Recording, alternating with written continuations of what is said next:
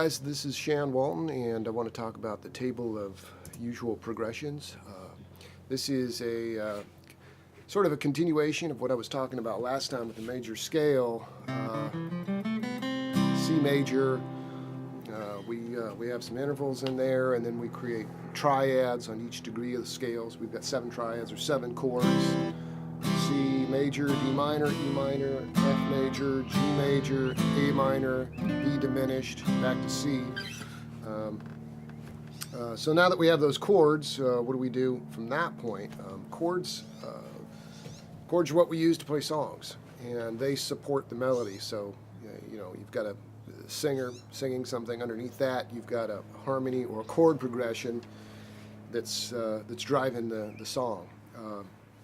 So the question is, once you know these chords, which chords sound good together? Or why do they sound good together? Which one should I use to write a song, right? So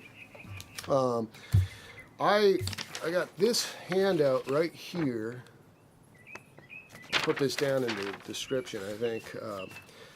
I got that in college from a teacher of mine, and so this table of usual progressions, which I think comes from a guy named Walter Piston, who created this, I believe. And this is a table that shows you how these chords typically move. They have a tendency to go in certain directions and move to certain chords. Some sound kind of abrupt, some sound kind of weak, and for a couple of reasons. Actually 3 reasons, maybe 4. So the first kind of movement you have is where we have 2 chords that have nothing in common. So that would be, as an example, C major to D minor. So that chord is created with C, E, G, and that's D, F, A. And that's what I mean by there are nothing in common between the 2. They don't share any notes. Also, they're going back to the intervals. They're a second apart. F to G, F, A, C, G, B, D, or that would be 4 to 5. This would be 1 to 2, 4 to 5, second apart. So that's kind of abrupt. On the weaker side, you've got, let's say, a C chord to an E minor. So we've got C, E, G, E, G, B. So they've got 2 notes in common. So there's the movement. That always makes me think of Puff the Magic Dragon, which I suppose that's what it is. A 1 to a 3. So that's a little bit on the weak side, not that much difference. The third type of movement or third type of chord is the one that has 1 note in common. And I think this is just the right blend between sort of abrupt and weak. So that would be, for example, C or 1 to a 5, or C, G to G, G, B, D. Those chords are a 5th apart. So you've got like C and F.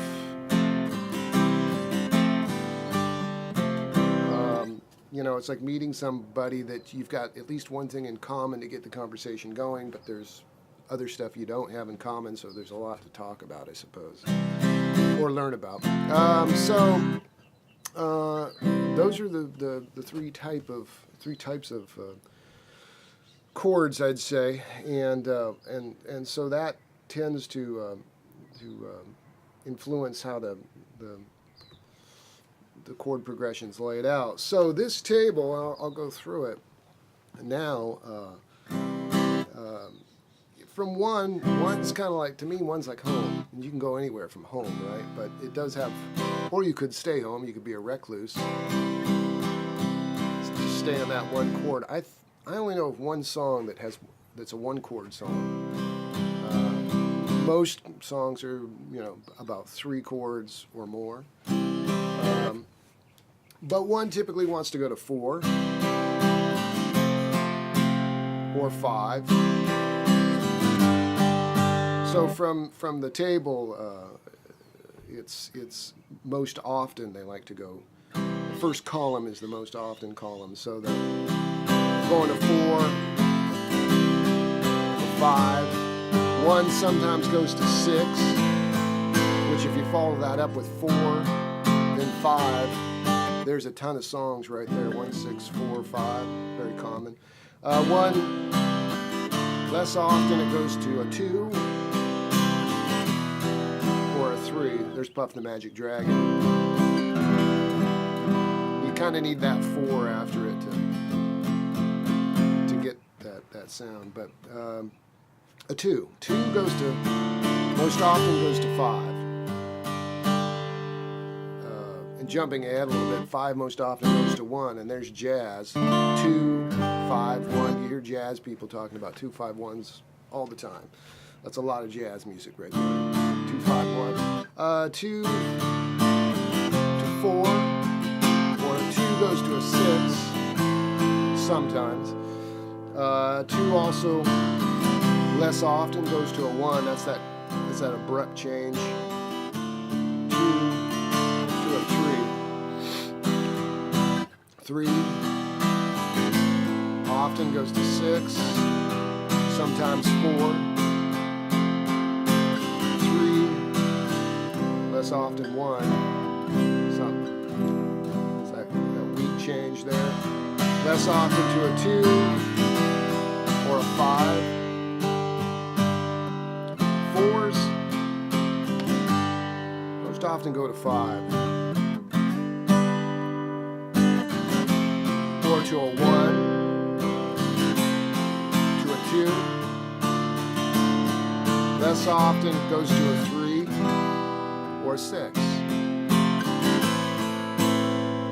5 often, almost always goes to 1. Or back to 4, that'd be called a retrogression. To a 6. Less often a 2 or a 3. I'll just keep going, do the last 2 chords. 6 likes going to a 2 or a 5. Kind of like that. 6 to a 3 or a 6 to a 4. Less often 6 to 1. Finally, 7 diminished goes to a 1. I mean, it's like it just falls right into it, falls right over into it. The end, you know. Or to a 3. I can't think of an example of 7 diminished to 3. So there's the table, just going through the often, sometimes, and less often columns. One of the things I like to do with the table, though, is I'll take a chord, right? Let's say 1. It's interesting. Chords, usually the way it works is most often you'll start on a 1, and it leaves the 1 and it goes away from home. And as soon as it does that, it's all about coming back. It goes out and it kind of circles back around. Everything is just drawing it back home. So 1, I'll go 1, and I'll just pick a chord, like so, say 2, and I'll go to the often column. 1 goes to 2 most often, and then I'll go down to the 2 row, and then I'll go to the often column, and 2 most often goes to 5. I already did this one. Go to the 5 row. 5 most often goes to 1. So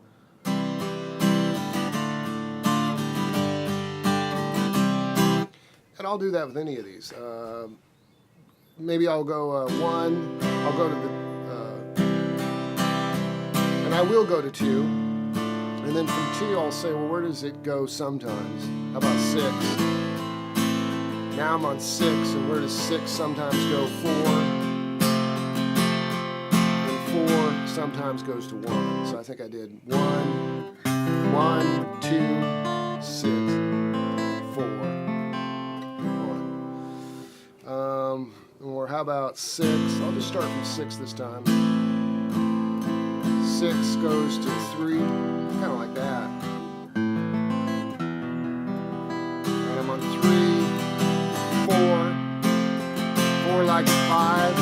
5 likes 1. So that's how I'll fool around with the table that way, and just kind of have fun with it. I think in the end, ultimately, use your ear. You know, whatever sounds right to you, to your ear is right. And you know, when you're writing a song, when you're being creative, just find your own path.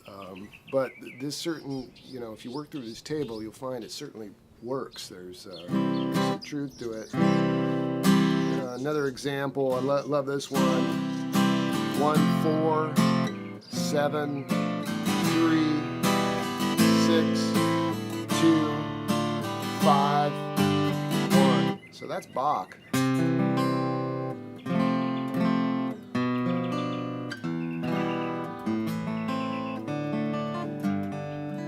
That's kind of that thing I was talking about, where it goes away and then it just kind of cycles back, and it's just drawn back to where it started, back home. So I hope that helps in learning how to use the chords. I'll put a link up to the Walter Piston table of usual progressions. My copy is a little bit different. Seems to be a couple of other chords listed, but you know, I'll type that into the description too. And you can check that out. This also works in minor keys. I didn't talk about the minor scale last time, but maybe I'll do that next time. So for every major scale, every major key, there's a relative minor. They're related. Usually we have one alteration in the scale, just one note that changes one thing. But otherwise the table's the same. So you'd have a minor 1 going to a minor 4. Minor 1 to a minor 4, D minor to E major. That's that change I was talking about, back to 1. But we'll go into that later. So hope that helps you and you find it interesting. And I'll see you next time. Have a good day.